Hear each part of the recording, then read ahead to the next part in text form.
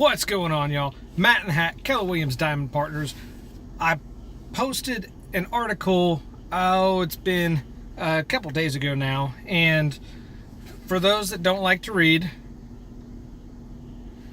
I wanted to do just a quick video and do, a recap of what that article talks about and kind of give you a breakdown of what it covers.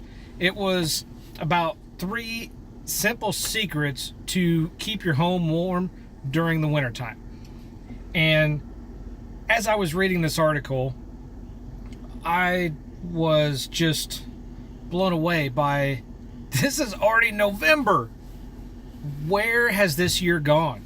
As I'm recording this is, actually, Thanksgiving's tomorrow. So we are well into November. Holiday times are upon us. End of the year is coming fast. And it's getting colder. Except today, as I'm recording this, it's 65 degrees. Welcome to Kansas. But it's getting colder, and it's staying colder longer.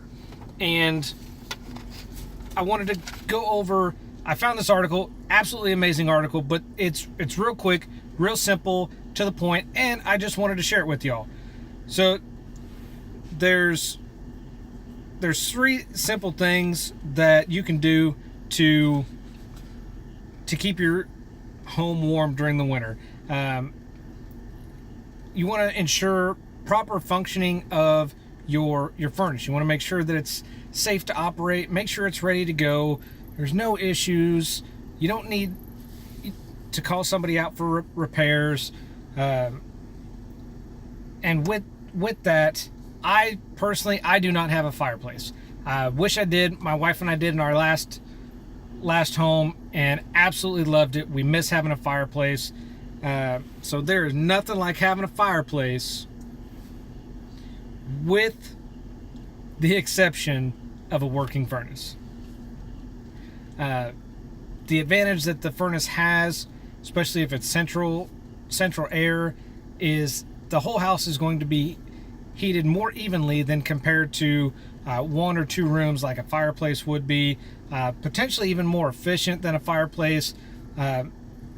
Again, depending on if you cut your own wood, you buy it, and how hot you want it, how often you burn, what type of wood that you're burning. So the furnace can potentially be a lot more efficient. So number 1 of the 3 simple secrets. Number 1, the little things matter. Why do the little things matter? I'll give you an example. I recently went to help one of my wife's coworkers light her furnace and make sure it turned on, make sure it operated. Furnace filter was absolutely plugged, and it's not going to get very efficient. And I didn't see one, and called her, asked her, and she had no idea what I was talking about. Landlord usually handles that, so I advise her, call your landlord. But whether it's a little dirty or a lot dirty, you need to toss that thing and get a clean one. As well as the condensation line that comes from the back of the furnace. Now, I know some of you are thinking, the hell's a condensation line? Do I have one of those? More than likely you do. It is the drain that is on the back of the furnace. So as it builds condensation, it just flows out the back, because there'll be a drain just right out the back. This can get plugged up over time, calcium, algae, and you want to run some vinegar through it at least once a month to clean it out and keep it clear, keep it from getting plugged. One other thing I want to mention, while depending on where your furnace is, mine is in my basement. While you're down there, checking that condensation line, checking that air filter, go ahead and check the air ducts that are down there as well. Make sure they're not leaking. If you do need to tape those up, that'll help seal them, and get a little more efficiency out of it. Number 2, hire somebody to come clean it. Just because you check the furnace, you check your condensation line, you clean those out, does not mean the rest of your system is clean. It's better to hire somebody that knows what they're doing, has the tools to do it, than have you not know what to do, go spend some money that you don't need on tools you're not going to use, but maybe once a year. So it's better just to pay somebody who knows what they're doing, knows how to do it, can do it effectively and more efficiently than you can, and just get them in, let them do their thing, get them going. Many times you can't, like I mentioned, you can't do this with just normal everyday tools. That's why hiring the professionals is going to be a lot better. They can also, while they're there, inspect for safety to make sure that you don't have a cracked heater exchange. And I know some of you are thinking, the hell's he talking about? Heater exchanges is important because that's what keeps the gas in. This can be, if it's cracked, can potentially cause carbon monoxide poisoning. Everybody gets sick. Not so good, especially come holiday time. And finally, number 3 is have a heating backup plan.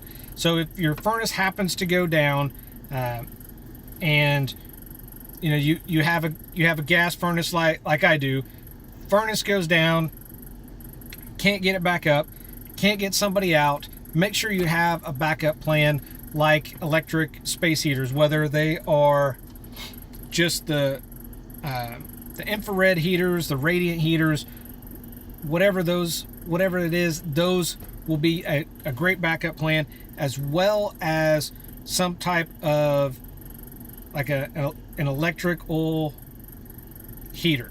Now, I do want to add to this, do not use some type of combustion heater inside. So like the heat trees that you see, the propane heaters that people use for camping or while they're tailgating, do not use those inside. Those fumes will give you a headache, make you sick, just like carbon monoxide poisoning. You don't want to mess with that. It's just, you don't even want to get involved with it. Just do some type of infrared or electric heater. And then of course there's other options if you have that may be even more efficient, if you have like a wood burning stove or some type of pellet stove. So just to run through those real quick again, I know it's a short list, there's only 3. The little things matter, like checking your filter, checking the condensation line coming out the back of the furnace. Number 2 is hire a professional who has the tools, has the knowledge, has the training, can get in, get out, and get you taken care of. And number 3, have a heating backup plan just in case. In case you lose your furnace and can't get somebody called in, can't get somebody there, have a heater backup like an infrared or radiant heater. That's all I got. I hope you guys enjoyed it. If you have any questions, please let me know. If I didn't answer something or you want to give me some feedback and an alternative of something I missed, I would love to hear that. Drop it in the comments and let me know. Make sure you, while you're here, you give my page a like. If you're watching this on my YouTube channel, make sure you smash that thumbs up button, subscribe for updated content. So thank you guys for watching. This is Matt in the Hat, Keller Williams Diamond Partners. I do this because your experience matters. Take care, guys, and be safe this holiday.